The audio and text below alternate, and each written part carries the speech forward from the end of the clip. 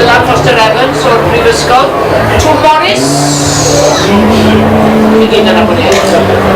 Y Trwbadŵr a'r Brifaf. Felly mae Caerdydd, dyma'r brif ddinas. Beth amdani? Beth sydd â i gynnig? Dwi'n meddwl bod ni'n wir mae Caerdydd yn ddiweddar, os bynnag ni'n meddwl am datblygu unrhyw ffordd arbennig. Un ffordd mae'n meddwl, allu weld o heddiw yma, nid cymaint Tafwyl o'r Speedway, event-led, hynny wedi digwyddiadau mawrion, denu'r digwyddiadau mawrion i fewn, a dyna sy'n mae Caerdydd yn ceisio cael llwyfan rhwngwladol yna. Dwi bod yn edrych ar hanes ym Hatchin bach i o Gaerdydd, draw, pen bellad Treganau, Trelaid wedi bod yn hanesyddol. O'r fywiog y Gymraeg yna, sy'n chi'n sôn am bedwaredd ganrif ar 15, cerddi yna, cymeriadau yna, capeli, bethau fel hyn sydd wedi diflannu ydyn erbyn hyn, ond mae hôl nhw yna, mae'n gwahanol ffyrdd, mae yna adeiladau yna, mae yna enwar ar lefydd ag ati. Ond yn oedd hynny'n hollol anhysbys i fi fel siaradwr Cymraeg. Fyddwn ni'n tybio dydy'r bobl leol sydd yn nabod yr ardal llawer iawn well na fi ddim yn gwybod am hyn y chwaith. Felly dwi'n meddwl bod yna dreftadaeth dan yn traed ni yng Nghaerdydd, da ni ddim yn gwybod dim byd amdani a dreftadaeth Gymraeg hefyd. A byddai'n llesol iawn i ni gyd, fi'n bersonol, a falle'r ddinas yn ehangach, i sylweddoli hynny ac i dyrchu am y deunydd yma. O'n i'n mynd i ofyn ar bwy ma'r gyfrifoldeb? O'n i'n gweithio mewn brifysgol, so o'n i'n dweud mae'r brifysgol yn rhannol gyfrifol, ond nid drwy dreulio oesoedd mewn archifdy, ond i trio cael y gymuned i gyd, fatha i ddod ynghyd, i roi plug gobeithio. Dwi'n gobeithio trefnu cyfres o sesiynau ar hanes y Gymraeg yng Nghaerdydd, a dwi'n gobeithio gallu cael bobl neu helpu bobl i ddarganfod i hardaloedd hanes y Gymraeg neu hardaloedd nhw hunan, neu i cymdeithasau nhw hunan, neu teulu nhw hunan, neu beth bynnag yn y ddinas. Felly, mae yna fywyd Cymraeg yng Nghaerdydd sydd yn angofedig, yn sicr bob man rhwng Caerdydd, un oedd ganol y bedwaredd ganrif ar 15 yn ardaloedd Cymraeg, yn llefydd fel Eglwys Newydd, Treganau, Llanisien a'r rhain i gyd yn ardaloedd Cymraeg, yn lled ddiweddar. A mae'n cael ei anwybyddu ar hyn o bryd. Pentyrch tan y ganrif ddwytha i fewn i'r ugeinfed ganrif yn fwyafrif Cymraeg. Marnwr Dewi Watson Powell, oedd byw yn Riciad, wedi fagu no, wedi ei fagu no. Cymraeg oedd o, Cymraeg oedd ei gymdeithas i gyd. Ond gael ei ddyn peth arall wedyn ei gangen. Na. Be sydd i angen, da ni sôn am Gaerdydd ydan. Sôn ydw i rwan am Gaerdydd fel prif ddinas Cymru newydd, cenedl, sydd yn dal i fynd. Da chi wedi clywed am syniadau Adam Price, sef adfywio Cefngrad Cymru. Mae yna elfen os ar ei yn ei galw allan adferaidd yn gwybod beth. Adferaidd. A mae'r map ni wedi dynnu yr un fath yn union a map cynta'r iaith Gymraeg 1891. Lle oedd pawb yn siarad Cymraeg waith i chi ddeud ddim de. Mi oedd Cymru'n wyrdd. Oeddech chi'n medru cerdded 1891 sam llawer ers hynny o ben draws i fod i lawr Elli a siarad Cymraeg efo pawb os oeddech chi'n osgoi Dolgella ar ryw lefydd felly. Wel mae map Mr Price rhywbeth yn debyg, mae'r siap rhyw fath yn union lle mae'r Gymraeg yn dal i thir a mae o yn dweud bod rai cynnwys i'r iaith Gymraeg mewn unrhyw datblygu, unrhyw gynllunio. Mae'r iaith Gymraeg llawn gynbwysigad a yr orcydrian neu slimod a moch deiar ac yn y blaen. Bod yr iaith Gymraeg yn rhan annatod, hanfodol o unrhyw ddatblygu, unrhyw gynllunio yn benna pobl, lle mae pobl yn byw. Pwy sy'n dod i adeiladu tai, os angen tai newydd, tu nôl i dafarn Madryn yn Chwilog er enghraifft. Bod o'n hollol hanfodol a dau beth ynglyn â hynny, y cynulliad yng Nghaerdydd fasa'n gweinyddu hynna'n y pen draw, a mi fasa o'n rhoi cyfle i bobl sydd yn dod i Gaerdydd wrth gwrs i gael bywyd braf iawn, restaurant ac yn y blaen, fynd yr i hola wedyn os dyn nhw'n dewis i rhywbeth sy'n werth chwail, sy'n rhywbeth i ddod adra iddo fo. Felly dod adra i ryw hen dŷ sy'n mynd ei ben iddo, pawb di marw a Saeson o bob man, neu bobl anghofiaeth dwi'n trio dweud. Bod yna rhywbeth i ddod yn ôl iddo fo, a dim ond wrth atblygu gweddill Cymru, mae Caerdydd o prifddinas yn greu synnwyr i mi. Fel arall, mae'n ddinas fawr ym mhen draw Cymru, rhyw bell i'r un hwnna ni fynd iddi. So sy'n ni di aros yma neithiwr, sy'n ni di gwario llawer iawn mwy na dwi di ennill yma wrth ganu. I be ddawn ni yma yn ymwneud? Ond os a ddatblygu ar weddill Cymru, a bod Caerdydd yn injan i wneud hynny, wel dyna fo, da ni'n iawn. Da ni'n iawn. Pan dysynes i syniadau Adam Price yn ei cytuno, achos ydych chi rhywun sydd yn fwy peniog iawn, a mae gweledigaeth dy fe. A na un o'r pethau sydd yn argoll, o'n i sôn am beth pensyniad, mae gweledigaeth argoll yn fob ystyr. Ymell waith, does dim rhaid i'r peth bod yn rhywbeth mawr. Allwch chi cael gwared gwastraff, lleihau gwastraff drwy codi 5 cinog am bag plastig. A mae'n neud newid mawr, sgripsiwn am ddim. Ond yn anffwys, mae'n ddiffyg yn y gweledigaeth. Enghraifft, ar y foment, fi newid y testyn tywa bach hwn, mae pobl yn poeni beth yw'r ffaith fod Cymru yn cael lambastiad oherwydd diffygion gwasanaeth iechyd. Petai pobl yn y mai Caerdydd yn gweud, reit, pam swan ni'n trial bod y wlad cynta i orfodi y diwydiant alcohol i dalu am y difrod uniongyrchol mewn y cosi. Nid, a fi mewn y bethau chi'n ffili profi, ond stwff uniongyrchol, yr ambulances a'r heddlu a ffydd felly, gyda hwnna yn eitha bach yn y ffaith, bethau gyda gweledigaeth. A mae strategy Adam Price, sy'n ni'n medru cael hwnna'n symud i'w le, hwnna'n newid dyna beth yna ffrind Caerdydd a gweddill y wlad. Cwestiynau? Ydy yn bosib byw gyda dwy iaith? Na, mi cymryd mae angen beto pan mae llythrennedd ar gynnydd, nid jyst ar gynnydd, ond un o'r pethau mwyaf sydd wedi digwydd yn y mywyd i, hanner canrif ish, yw nid fynd o fod yn wlad oedd yn parchu addysg, a parchu hunan addysg, oedd yn adgyd i dysgu unan. Ond nawr, byddwch chi beth, 40% o blant yn methyr sy'n 11 sydd ddim yn medru, sydd ddim yn cyrraedd safonau llythrennedd ac yn y blaen, wel nawr rhywbeth wedi mynd o'i lef yna. Ond na fi'n credu, un o'r pethau sydd yn diddorol yw dwi'n sgynnu yn Gymraeg ac yn Saesneg, ond mae lot ohono ni sy'n neud yna. Fi'n gwybod pam pan o'n i'n coleg, o'n i'n ennill dadlunwaith, ond oedd rhywun defnyddio'r acen yn erbyn ni a gweud, you actually sound stupid, i gweld Welsh accent. Mae un o'r symud fi wedi cadw'r acen, a hwnna hefyd, gyda sy'n fi wedi cadw'r Gymraeg. A'r unig beth allai i wneud i codi tyma bach o diwch yna sy'n dod pan mae Tom yn gweud y gwirionedd am yr iaith Gymraeg.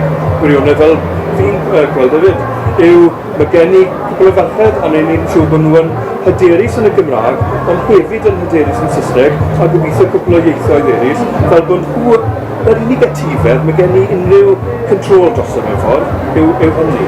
A wedyn, o hynny, pan ma'n nhw yn chwarae gyda'i ffrindiau, le mae ambell un yn gweud, why are you speaking Welsh now? Ar ôl nawr, i ni'n nid mynnu, ond ni'n siarad Cymraeg, a mae y Gymraeg yn normaleiddio tu hwnt i'r ysgolion. A phan mae'n digwydd wedyn fan hyn, a phan o'n i'n dod yma ar y bus, a pobl ar y bus yn siarad Cymraeg gyda'n mhanti, e mynd i werthu nofio, Menter Caerdydd wedi trefnu, a mae'r Gymraeg yn llenwi'r caffi fyna. Wedyn mae'n rhyw fath o obeth, achos os ni'n jyst dibynnu ar siarad rydyn 9 a hynny 3 neu 4, fi di arben iaith llyfr fi dde. Ddim yn bell o fod yn rhyw fath o ladu. Ieithoedd ac enod gwaith chi pryn, gewch garu dwy am prodi un.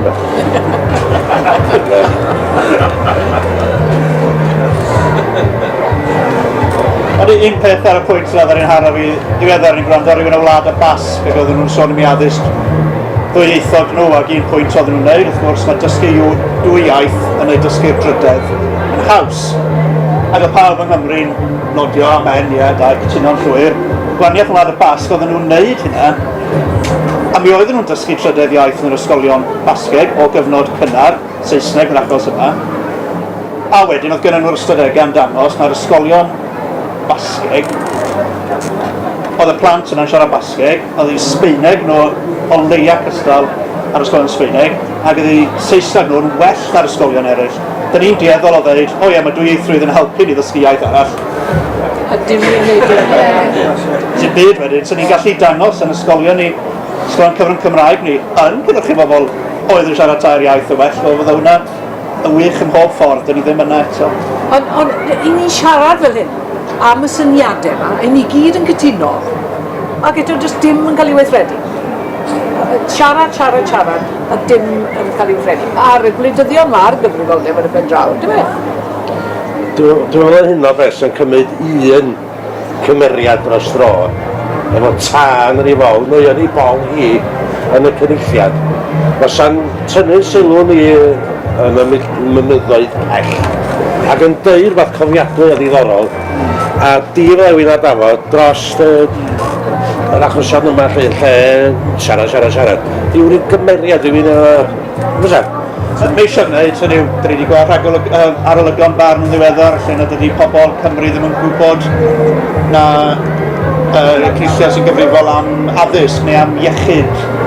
Ac os felly, ni wedi mynd yn ôl at rôl Caerdydd fel prifddinas, di pobl ddim yn ystyried Caerdydd yn bwysig fel prifddinas, so dyn nhw'n gwybod be mae'n neud os ydy'n gwneud unrhyw beth. Ond dwi'n meddwl mae angen, ond mae hyn i gyd yn arwydd hefyd o ryw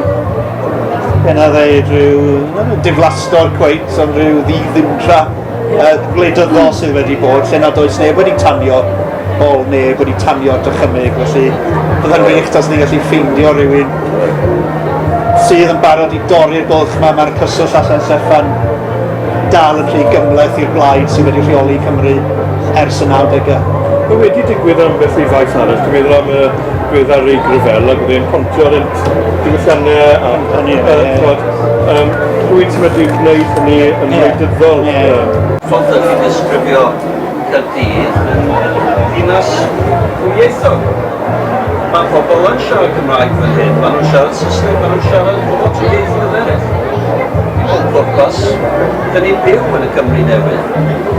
Yn y Gaerdydd newydd, nid yn y Gymru newydd.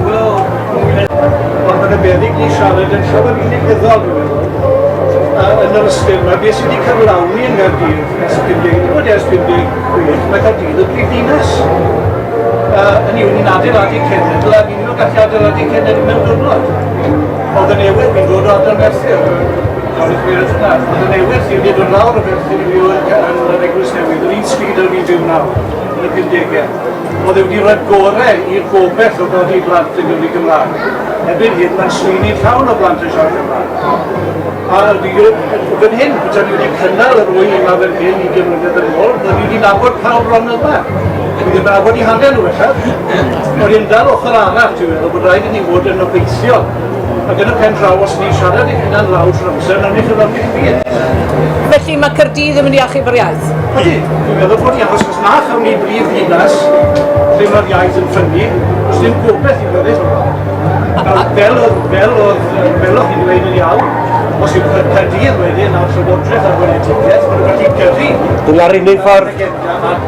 Dim ond yn Caerdydd, mae'r grym i wneud yna. Y sylw ni'n cytuno, fel mynd yn dweud fan hyn rwan, a ni'n darllen yn ddiweddar ysgrifen Prys Morgan oedd wedi fagu yn radur yn tuad y rhyfel ag ati ag fo'i frawd wedi cadw'r Gymraeg wrth gwrs, ond sut oedd hynny wedi digwydd, ei ymadrodd oedd dod adre ti cael drws ar Gaerdydd, a dyna sut oedd hynny wedi digwydd. Fel arall oedd y Gymraeg wedi mynd, yr unig ffordd dod i fewn, cael drws, siarad iaith Cwmtawe, a dyna sut oedd y Gymraeg wedi goroesi fan'na, a morwyn o Bentyrch hefyd oedd wedi helpu. Ond yr un am yn digwydd rwan, da ni'n gallu mynd arag agor yn drysau Gaerdydd a croesawu'r Gymraeg i fewn. Ie, ond dyda ni ddim, chos mae'n gyd i mynd i fyma. Ie, ond croesawu nhw. Ie, ond dwi'n sôn hefyd, ffrindiau fy mhlant, maen nhw o deuluoedd o Loegr, maen nhw o deuluoedd o'r India, maen nhw o deuluoedd o bob man, maen nhw'n dod i fewn yn siarad Cymraeg. Newn nhw ddim i gyd, barhau efo hynny o gwbl, ar ôl gadael ysgol. Neith y rhai o deuluoedd Cymraeg gyd yn parhau. Ond mae yna gyfle iddyn nhw'n wneud, a mae yna nifer yn gwneud, so cytuno mae yna le i fod yn positif yn sicr am yr... Ond na ddawyn iaith y stryd yng Nghaerdydd byth? O, mae hi rwan. Ydy hi? Yn un o ieithoedd y stryd, ydy. Dwi'n gweld pobl ar y bws fel Deli a pobl y stryd, dwi'n gwybod pwy ydyn nhw, dwi'n yn siarad Cymraeg. Dwi'n nabod nhw, dwi'n o'n adag o pethau fel hyn yn fardal i, o'n i'n nabod pawb yn siarad Cymraeg. Pan o'n i'n hogyn, ti'n gwybod beth ydw i gyd, ddim yn wir yn fan hyn, ond Gymraeg, a dwi'n cymryd sylw yna fod rwan, sy'n beth da.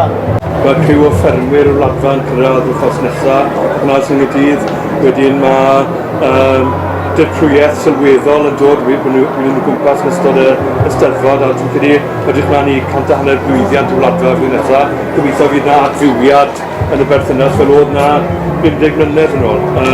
Dwi'n cytuno ydych chi wedi dysgu ieithoedd modern, hwnna wedi dirywio diflannu yn ysgolion ac yn y brifysgolion. A felly pan mae ambell i wleidydd, ni'n sôn am Adam Price, pan mae Simon Thomas yn cyflwyno papur y wedi defnyddio sawl iaith, aml ieithrwydd, ond mae hwnna ddim yn bosib i wyreddu os nag chi'n cael y sgiliau yna i drosglwyddo a dysgu ieithoedd. Ond na bydden ni'n nico, enghraifft, sy'n rhantu, yn gwybod jyst digon o ieithoedd eraill, gan bod nhw wedi bod o leia yn gwrtais i'r pobl sydd yn, wel, y pobl o Silet, ac pobl o Silet sydd yn rhedeg bron pob lle byta Indiaidd, hwn dyn o Bangladesh. Mae gyd o'r sgyrsiau eraill yma i'w cynnal hefyd, mwyn i ni wir deall natur y ddinas. Os mae hwnna'n, na chi rheswm chi bod yn obeithiol, mae'r berthynas rhynt i gan y cymunedau yn dda gan amla. I ni ddim yn gymdeithas hiliol gan amla, a mae hwnna eto rhywbeth i'w ddathlu i'w gyda. Ond mwyn wneud gwella'r berthynas, mae iaith yn medru bod yn allwedd i agor drws i gymunedau eraill hefyd. Diolch i chi tri, John Gower, Dylan, Foster Evans a Tom Morris.